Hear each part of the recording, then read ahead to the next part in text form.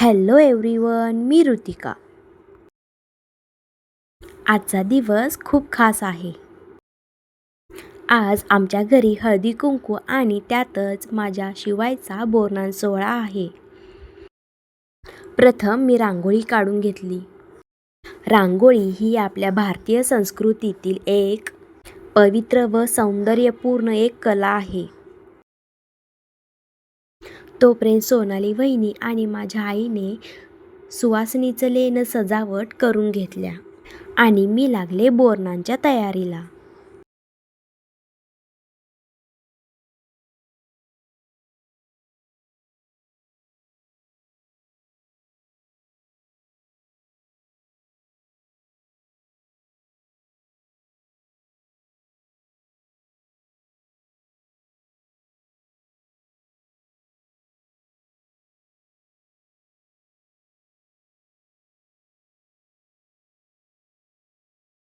मीही हळदी कुंकासाठी तयार झाले.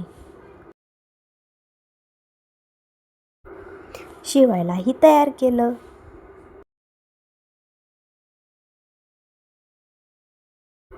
आमची परीही आवरून तयार झाली. आज घरात आनंदाचं आणि परंपरेचं सुंदर वातावरण होतं. शिवायचं सगळ्यांनी औक्षण करून भरभरून आशीर्वाद दिले. हळदीचा सुगंध आणि कुंकवाची पवित्रता आणि प्रत्येकाच्या ओठावरचं हसू सगळंच काही खास होतं. हळदी कुंकवाच्या निमित्ताने एकत्र आलेल्या महिलांच्या उपस्थितीत माझ्या शिवायचा बोरन्हाण सोहळा प्रेमाने साजरा केला. बाळाला मिळालेले आशीर्वाद, प्रेम, शुभेच्छा यामुळेच हा क्षण आणखीनच अविस्मरणीय झाला. परंपरा जपत आणि कुटुंबासोबत असे क्षण अनुभवणं म्हणजे खरं समाधान. सर्वांनी मिळून शिवायवर चिरमुरे आणि बोरे यांचा वर्षाव केला. बोरन्हाणच्या वेळी बोरे आणि चिरमुरे यांचा वर्षाव करण्यामागे खोल अर्थ आणि शुभ भावना दडलेली आहे.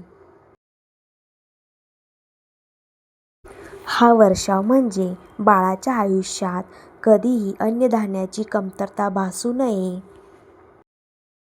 आणि नेहमी समृद्धी आणि भरभराट नांदावी अशी प्रार्थना.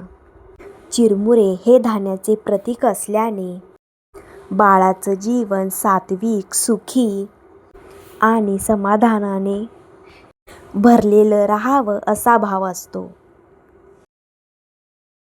सुवासिनींच्या उपस्थितीत हसत खेळत हळदी कुंकू वाटप केलं आणि त्यांना छोटंसं वाण दिलं. तिळगुळ घ्या, गोड गोड बोला. सर्वांनी मिळून बाळासाठी भरभरून शुभेच्छा दिल्या. बोरन्हाणच्या वेळी बाळाच्या चेहऱ्यावरचं निरागस हास्य पाहून सगळ्यांचं मन जिंकून गेलं. नातेवाईक, मैत्रिणी, गप्पा, हसू आणि आशीर्वादांनी हा दिवस आणखीनच खास बनला. असे संस्कार आणि परंपरा जपताना मिळणारा आनंद शब्दात मांडणं खरोखरच कठीण असतं. अशा आठवणी आयुष्यभर जपाव्याशा वाटतात. त्यासाठी हा माझा छोटासा प्रयत्न. आमच्या आनंदाचा, परंपरेचा आणि प्रेमाचा हा माझा छोटासा व्लॉग तुमच्यासोबत शेअर करते. व्हिडिओला लाईक करायला विसरू नका. भेटूया पुढच्या व्हिडिओमध्ये. Bye bye. थँक्यू.